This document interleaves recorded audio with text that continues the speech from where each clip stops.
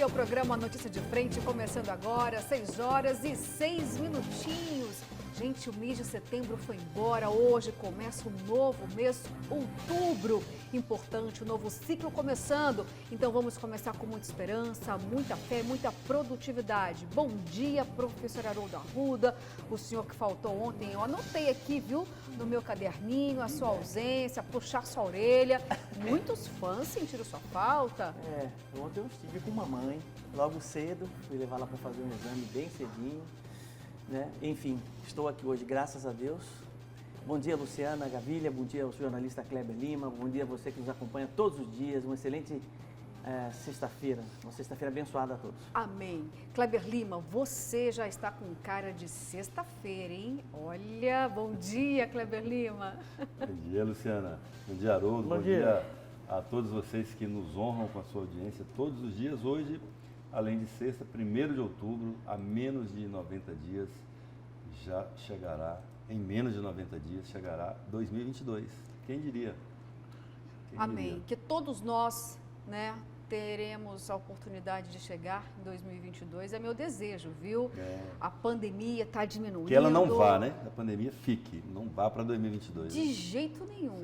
Não vamos dar carona para a pandemia, não. E depende da gente, né? Não dar carona para a pandemia consegue também, esse ano, né? Eu acho, inclusive eu disse no Cidade Alerta, né? Minha esperança esse ano é realmente passar o Natal em família, o abraço. Poder abraçar as pessoas, sabe? No Natal deste ano agora, né? Um Natal um pouco mais família, um pouco mais unido, né? Isso que é legal. Porque ano passado foi muito triste, né? 2 anos seguidos, né? A família distante, pessoas queridas que já não estão mais entre nós, infelizmente. Mas vamos aqui, né? Já imaginar um 2022 diferente, virando essa página triste da nossa história, né? Pandêmica, mas todo mundo está mais esperançoso, os números nos mostram de fato que podemos ter aí um 2022 melhor, se depender também de cada um de nós. Bom, olha só, hoje não teremos as câmeras da CEMOB, mas fica aí já o telefone para que você possa fazer aquele bate-papo gostoso. E eu tenho certeza que hoje vai chover aqui de mensagens, porque ainda nessa edição teremos a presença do secretário de Fazenda de Mato Grosso, Rogério Galo. E vamos tirar muitas dúvidas aqui. O Galo já acordou, né? Já cantou o Galo, Kleber Lima, é isso? Já acordou, já jogamos uma pedra no puleiro hoje, cedo. Olha, a presença dele aqui é muito importante, porque muitos têm dúvidas em relação ao pacote fiscal apresentado pelo governador Mauro Mendes, e nós aqui nessa bancada vamos fazer muitas perguntas. Então já fica a dica aí, você também pode encaminhar aqui a sua dúvida, porque hoje o secretário será sabatinado pela gente, tá? Agora, mudando de assunto, vamos para a grande polêmica, crise desta semana. A Polícia Federal em mais uma operação mirando a saúde de Cuiabá. Os dados, por enquanto, são escandalosos. Existem até suspeitas de superfaturamento em 300% na aquisição de medicamentos e outros insumos aí para a saúde. Mas quem vai trazer para a gente todos os dados atualizados sobre essa operação é o repórter Daniel Santos. Já temos aí imagens ao vivo do repórter Daniel Santos, que vai contar para a gente direitinho essa história. Daniel, que inclusive trouxe em primeira mão ontem para a gente a operação assim que foi deflagrada. Daniel, conta para nós quais são já as informações disponíveis durante esse período de operação de investigação envolvendo aí o ex-secretário Poças de Carvalho. Bom dia para você, para a sua equipe. Uma sexta-feira maravilhosa, Daniel.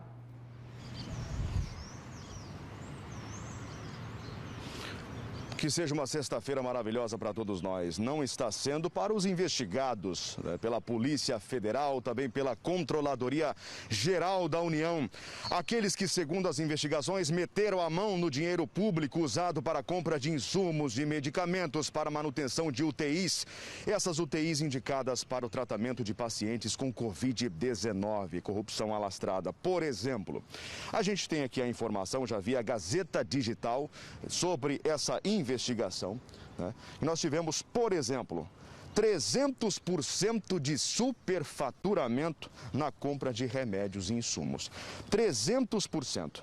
O que diz essa auditoria do Departamento Nacional do SUS, ou seja, realizado pela Secretaria-Geral, a Controladoria Geral da União, a CGU, que explica, né, os auditores participando diretamente dessa operação com mais 50 policiais federais em Cuiabá e também em Nova Canaã do Norte, onde os policiais federais de Sinop estiveram em Nova Canaã para o cumprimento de um mandado de busca e apreensão. Nova Canaã do Norte, para a gente localizar a Cuiabania geograficamente, fica no eixo saindo da BR-163, passando de Sinop, lá na frente uma entrada na MT-320 que vai em direção à Alta Floresta. Fica a caminho de Alta Floresta, a cidade de Nova Canaã do Norte. Tem aqui alguns números para compartilhar com vocês da notícia de frente. Tá aqui, ó. Em um dos pontos, né?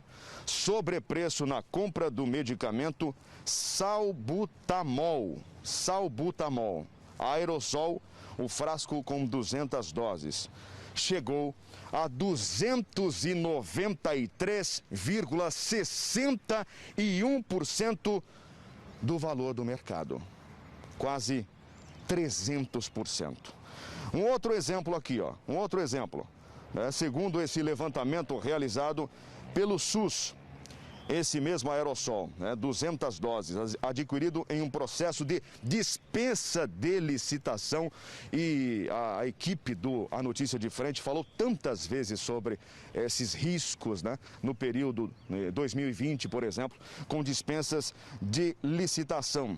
Nós temos aqui a quantidade de 500 unidades, no valor de R$ 31,45, 90% mais caro que o valor adquirido na primeira dispensa de licitação.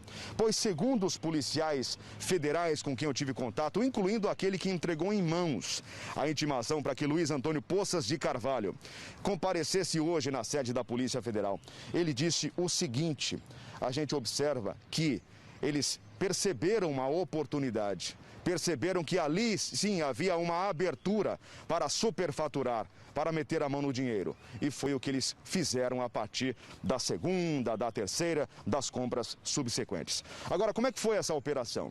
Como é que os policiais federais agiram em mais uma situação envolvendo a Secretaria Municipal de Saúde de Cuiabá? Vamos conferir agora na reportagem. Policiais federais cumpriram mandados de busca e apreensão em Nova Canaã do Norte e na capital. Documentos foram apreendidos na sede da Pharmacy, distribuidora de medicamentos e materiais hospitalares, na Secretaria Municipal de Saúde de Cuiabá e no apartamento do ex-secretário Antônio Poças de Carvalho. Poças será interrogado nesta sexta-feira aqui na sede da Polícia Federal. Contra ele, há suspeita de movimentação financeira criminosa com uma funcionária de uma empresa que o ex-secretário teria sido sócio. Segundo a PF, a empresa, que seria de fachada, participou de licitações fraudadas com o objetivo de desviar dinheiro da saúde.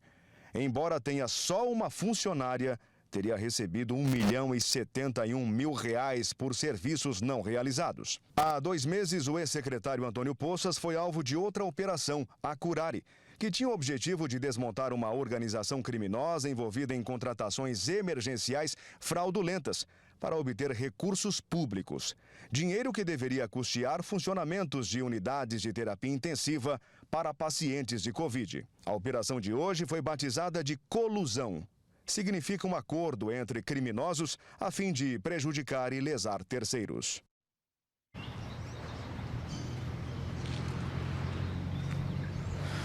Só para dar mais um exemplo para devolver a vocês aí da bancada, Luciana, Haroldo, Kleber, nós temos uma situação aqui e essa chama a atenção, porque essa mesma que eu citei agora há pouco, de R$ 31,45 em aerosol, por unidade, a gente teve uma outra compra e aí a Polícia Federal conseguiu fazer cruzamento de dados por R$ 7,99. De R$ 7,99 para R$ 31,45. Para a gente fechar, tá aqui, ó, filtro bacteriano, álcool gel 70%, saindo aqui, ó, unidade de litro, sobrepreço chegou a 91,89%. Portanto, esses sobrepreços. Também as ações dentro da Secretaria Municipal de Saúde.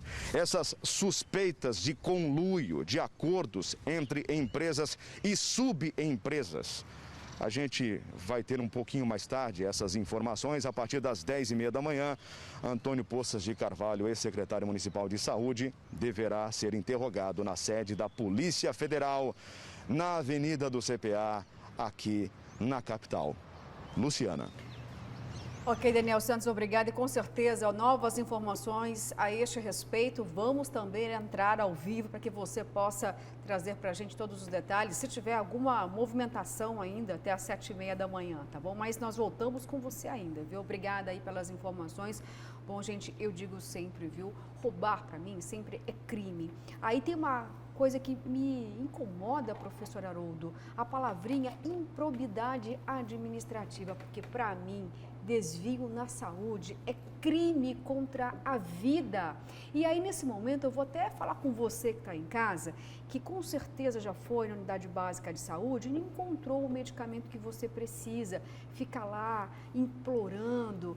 E não tem, simplesmente não tem, fica horas e horas esperando atendimento médico e aí percebe que o médico não foi. Relata aqui pra gente como que está a situação hoje na saúde pública daqui de Cuiabá. Você que é contribuinte, que paga caro os seus impostos e não tem um atendimento devido, de qualidade na rede de saúde. Professor Haroldo, o prefeito da capital, Emanuel Pinheiro, bateu o recorde aí de secretários afastados da pasta da saúde e o prefeito sempre diz que é muito perseguido, mas agora não é uma operação que nasceu aqui decorrente de investigações do Estado, são dados do Ministério da Saúde, da auditoria realizada, tanto que essa operação foi deflagrada pela Polícia Federal, que inclusive tentou prisão, tá? De um empresário, não conseguiu, tá lá também a PF tentando com a justiça decretar prisão e não consegue. Eu queria que o senhor pudesse falar sobre essa operação, que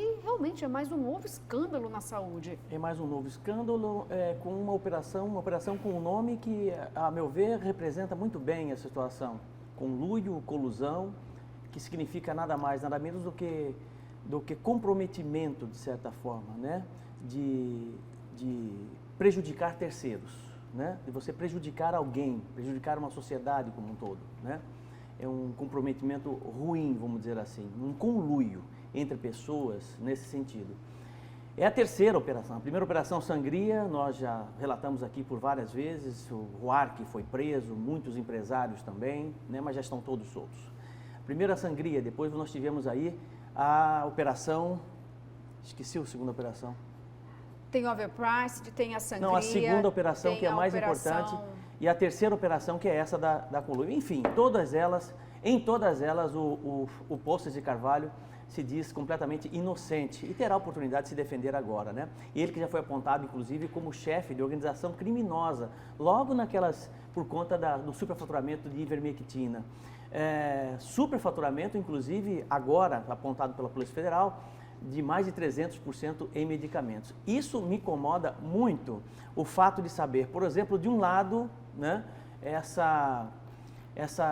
de certa forma, essa omissão por parte... Porque ninguém faz nada sozinho num sistema como esse. Como é que consegue fazer, como é que se consegue comprar, como é que se consegue superfaturar medicamentos do jeito que foi feito, sem ter pelo menos uma quadrilha, vamos dizer assim, uma organização para que possa isso acontecer. Envolve empresa, envolve agente público, envolve um monte de gente nesse processo, né? Isso realmente nos preocupa muito. De um lado, tem a prefeitura dizendo que é a mais interessada nesse processo, Operação Curare, a segunda. Isso. Operação Curare. Sangria, Curare e essa de colusão, né? Posso te ajudar nisso? Pode. Estou com uma listinha aqui. Por favor, Cleber. 2017 é Malebolge. 2018, Sangria. 2019, Overlap. Overlap. Vou lá. 2020, Overprice. 2021, Curare, Autofagia, Sinal Vermelho e Colusão. Somente esse ano 4. Exatamente. Então, obrigado. Então, o que acontece é assim, é um escândalo gigantesco, quer dizer, algum problema tem e a Polícia Federal teve que apontar o problema para que houvesse uma certa reação por parte principalmente da sociedade. Mas o que me incomoda também é o fato de nós termos aí a falta de um papel importante, que é o papel da Câmara de Vereadores de Cuiabá. A Câmara tem um papel de fiscalização, né, de fiscalizar.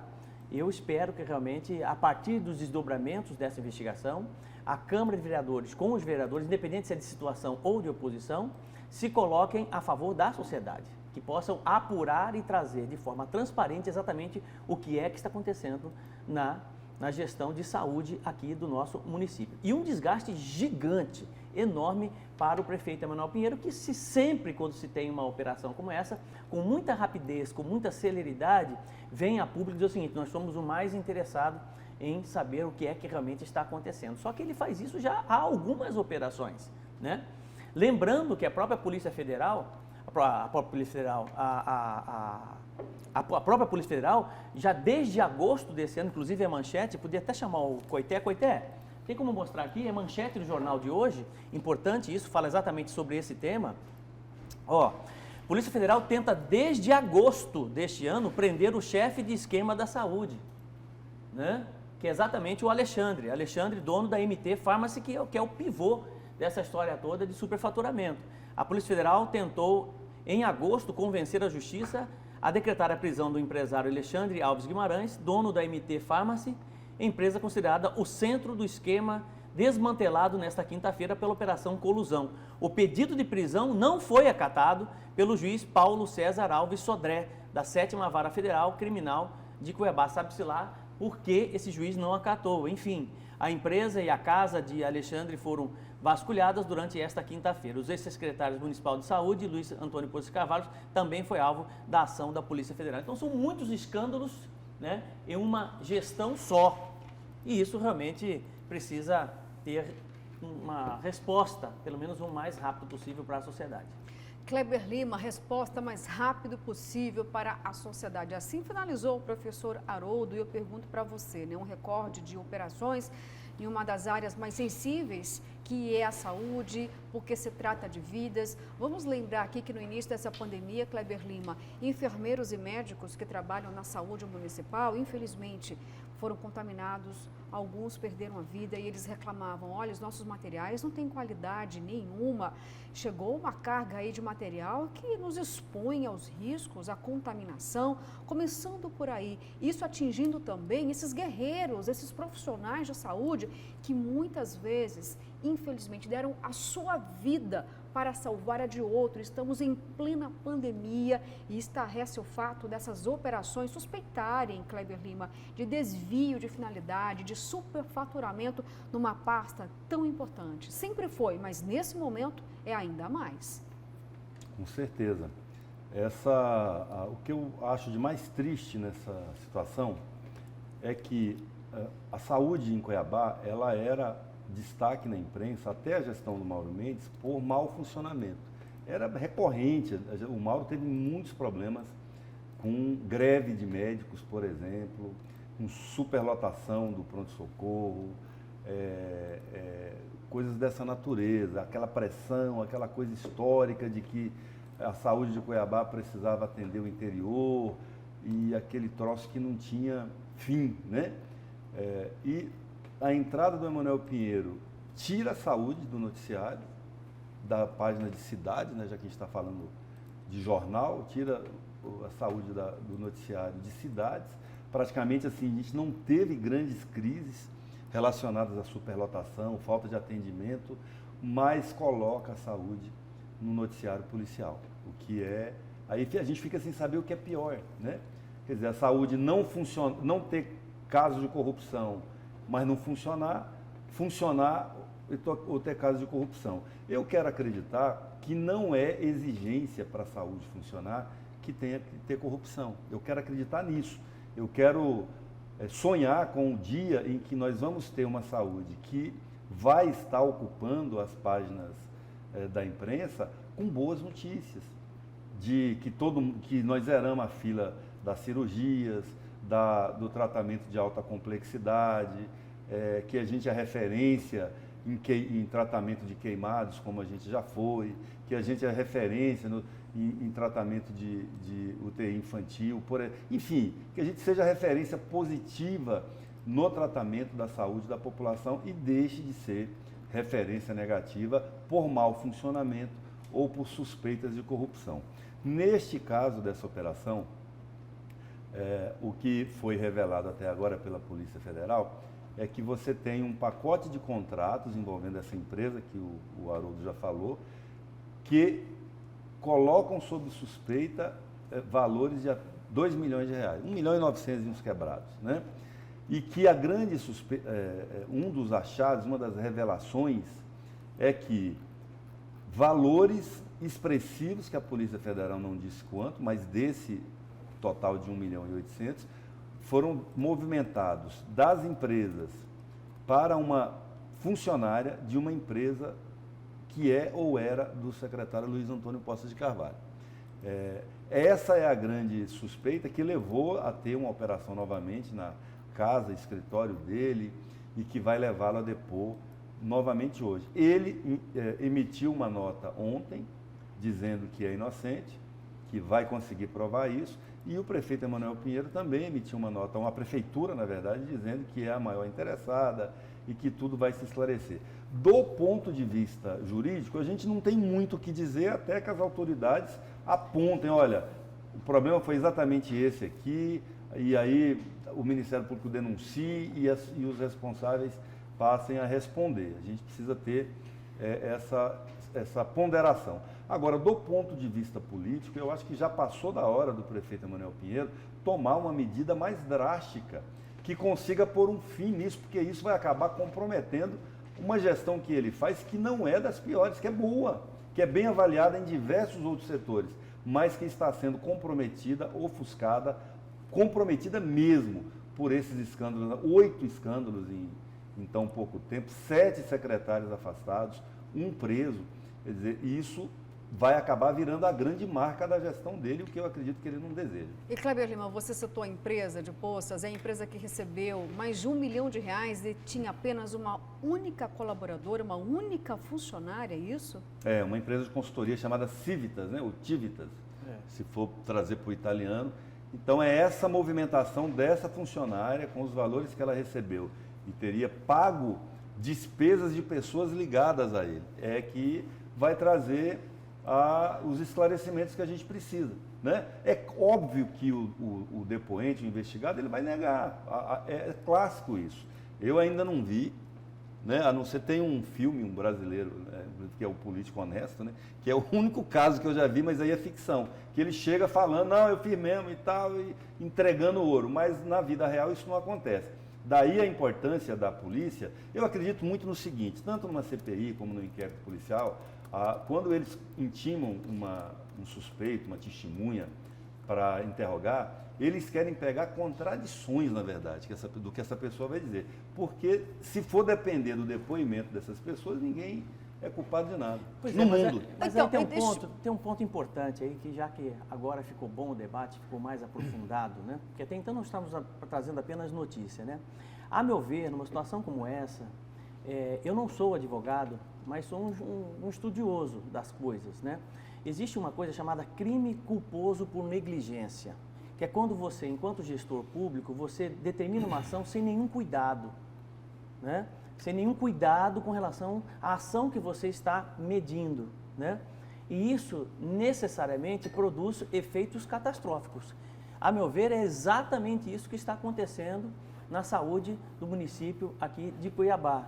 Ações que foram tomadas por gestores, não só o Luiz Poças de Carvalho, mas outros gestores, né, completamente desmedidas dentro de um establishment, dentro de um sistema vicioso de saúde, que é corrompido há muito tempo por empresas que se beneficiam disso, assim como gestores e agentes públicos que também se beneficiam disso, de certa forma, com uma certa, não vou dizer conivência, né? Com uma falta de morosidade, uma falta de celeridade da própria justiça.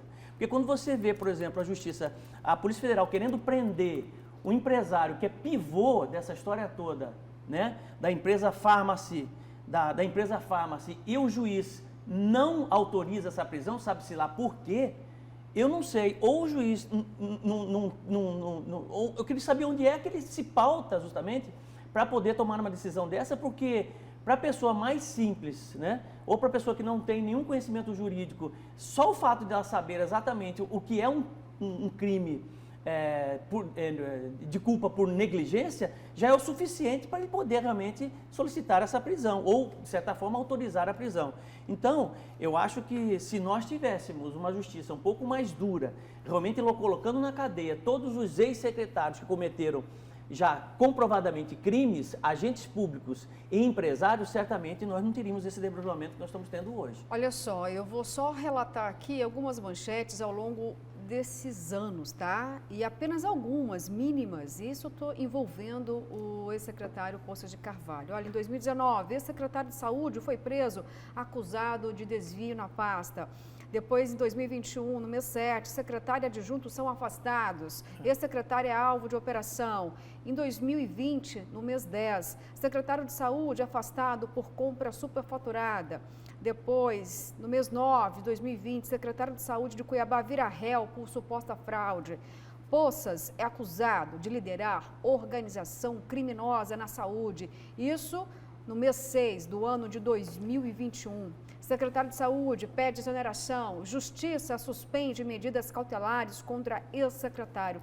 E aí, Kleber Lima, a gente já comentou aqui o fato de que houve mudanças na legislação. Será que Poças só não teve condução coercitiva por conta da mudança da lei? E também a lei pode mudar de novo, porque está tramitando lá no Congresso o fato de que se o gestor não tiver a intenção de desviar, não vai acontecer nada com ele. A legislação atual está favorecendo o crime do colarinho branco? É isso que a gente pode ter como releitura também? Luciana, não sei dizer de qual é essa legislação, qual que é essa primeira que você falou. A segunda eu já Da entendi que é da... coercitiva foi aquela que teve a modificação. Lembra que houve inúmeros políticos aparecendo na TV, condução coercitiva? Não, entendi. Se não houver intencionalidade... Não pode ter mais... Essa é a segunda da mudança da lei da probidade, tem essas duas. Exatamente. A da lei coercitiva diz o seguinte, que a pessoa não precisa ser levada algemada, até onde eu entendo, mas não quer dizer que ela não possa ser presa. Ela pode ser presa. O que determina a necessidade da prisão são as evidências, os indícios, a materialidade nas provas que as autoridades possuem. Às vezes elas não têm, todo mundo acha que mas a hora que você vai pegar e não acha a materialidade. E se não tem a materialidade, o juiz não vai decretar, pelo menos eu não sei concretamente, neste caso que foi trazido aqui desse empresário investigado nessa nova operação, quais foram os argumentos que o juiz utilizou para negar o pedido de prisão. A gente precisava ver no concreto, né? Aí é mais complicado. Mas existe o chamado devido processo legal. Ele é feito, o devido processo legal, não é para proteger bandidos, ele é feito para evitar injustiça. Nem sempre isso acontece, mas é para isso que ele existe, o dispositivo. Imagina se a gente sai prendendo qualquer um pela a primeira aparência que tem. É como se fazia antigamente a polícia. Chegava, batia, espancava, depois ia olhar. Desculpa, não era você. Então, isso também não é possível que a gente defenda, né? E no caso da lei da improbidade, que foi aprovada agora, Luciana, a gente já debateu isso aqui algumas vezes. Eu vou dar um exemplo de uma conversa que eu tive certa vez com o ex-secretário de Saúde do Estado de Mato Grosso e de Cuiabá, Júlio Miller. Pessoa ilibada, proba, respeitada no Brasil inteiro como médico sanitarista, como gestor público, que nunca foi envolvido em nenhum tipo de bandalheira. Mais uma vez, numa conversa com ele sobre um convite que ele tinha recebido do então prefeito de Cuiabá, Mauro Mendes, para ser secretário de Saúde, ele falou o seguinte: eu não aceito, nunca mais. E vou dizer por quê, antes que vocês me perguntem. Naquela época ele falou o seguinte: eu estou respondendo hoje a um processo por improbidade administrativa por uma caminhonete que, como secretário de saúde, eu doei para a Secretaria Municipal de Colíder, naquela época, hein? Ele foi secretário do Dante ainda, e um funcionário que eu nunca vi falar o nome dele, que eu não conheço, da Secretaria de Saúde lá de Colíder, foi flagrado com aquela caminhonete na beira do rio Telespires fazendo um churrasco. E eu não conheço a pessoa, eu não sei o lugar que mas quem está respondendo sou eu. É por isso que é preciso fazer diferenciações e estabelecer culpa, intenção. Se a pessoa, às vezes, ela é julgada, condenada, sem ela ter nenhuma participação, só pelo fato dela estar no lugar de gestor. É uma outra discussão que a gente tem que tomar cuidado para fazê-la, porque se a gente trouxer esse tema toda vez que houver uma denúncia de corrupção, a gente, na verdade, atrapalha o correto entendimento do que significa determinadas coisas. É óbvio que ninguém é a favor da corrupção. Eu pelo menos, não sou. Mas eu entendo esta lei da improbidade, que foi aprovada agora. Na verdade, foi modificada pelo Senado, ela voltou para a Câmara, né? Isso, nesse cuidado que a gente precisa ter. Então, esse cuidado, que eu não sei se foi consultado ou não, quem tratou profundamente a questão da intencionalidade de forma ampla, com os seus manuscritos, né, que hoje, de certa forma, baliza o pensamento jurídico no mundo inteiro, foi Russell. Russell trabalha, ele que é o pai da fenomenologia, e deixa muito claro com uma frase dizendo o seguinte: toda ação é o lado externo de um pensamento. Isso para ele é claro, né? Então, todas as vezes que você age, é uma construção consciente. Então, esse tipo de raciocínio é que deve ser levado por uma questão dessa de improbidade. Quer dizer, a gente precisa entender que em muitos casos, né, a gente não pode, de certa forma, apagar a verdade dos fatos por conta exatamente de invenção, né? Ele não teve a intenção de fazer isso. Na maioria das vezes, segundo Russell, tudo que você materializa, né, por meio de atos e ações, houve sim uma intencionalidade mental, uma construção mental por trás, de forma consciente nessa construção. E isso tudo, Kleber, muitas vezes é definido justamente para livrar bandido de cadeia. Entendeu? Quer dizer, os advogados inventam razões para desconstruir a possibilidade de realmente levá-lo para a cadeia. Ele não teve a intenção. É óbvio que teve. O sujeito, por exemplo, quando desvia, é só para complementar o raciocínio, né? 2 milhões de reais, ele sabe exatamente o que ele está fazendo, ele já consultou advogados, ele sabe exatamente de que forma ele pode entrar nesse esquema, como é que ele pode sair e se defender do esquema, e assim funcionou com o desvio de R$1 bilhão por conta de Silval Barbosa. Todos eles conhecem muito bem as leis e têm bons advogados. Então, ninguém faz nada de graça. Haroldo, comprovado o desvio, é óbvio. Certo. Comprovado que houve o desvio, aí não há mais que essa atenuante não se encaixa, né? O exemplo que eu dei é para um caso em que não se encaixa, a pessoa sequer tem conhecimento. Agora, o Luiz Antônio Poças de Carvalho é advogado. Na verdade, ele era procurador-geral do município de Cuiabá, quando teve a prisão do Ruarque, aí ele assumiu cumulativamente a saúde. E além de ser advogado, é um advogado experiente, ele mesmo diz na nota dele ontem, que tem mais de 40 anos de atuação profissional. Ele também é irmão de juiz, irmão de uma juíza, salvo engano, que é a doutora Nilza Poças de Carvalho. Então, é uma pessoa que entende muito bem de lei e é óbvio que ele vai usar a lei no limite da sua competência para se defender. Porque a história a história que passa na minha cabeça, Kleber, é o seguinte: você é o Luiz Poças de Carvalho, secretário. Não vai dar outro exemplo. Não, só para ilustrar. Quem é o Luiz Antônio? Só para ilustrar. Eu sou o cara da farmácia, pronto, da farmácia lá. Tá? Eu chego para você e falo assim: olha, isso aqui é o seguinte, eu vou comprar isso aqui, né? E dá pra gente superfaturar isso aqui em 300%. E como é que a gente vai desviar esse negócio? Você está entendendo? A história que vem na minha cabeça é essa. Eu vou pegar a Luciana, que é secretária.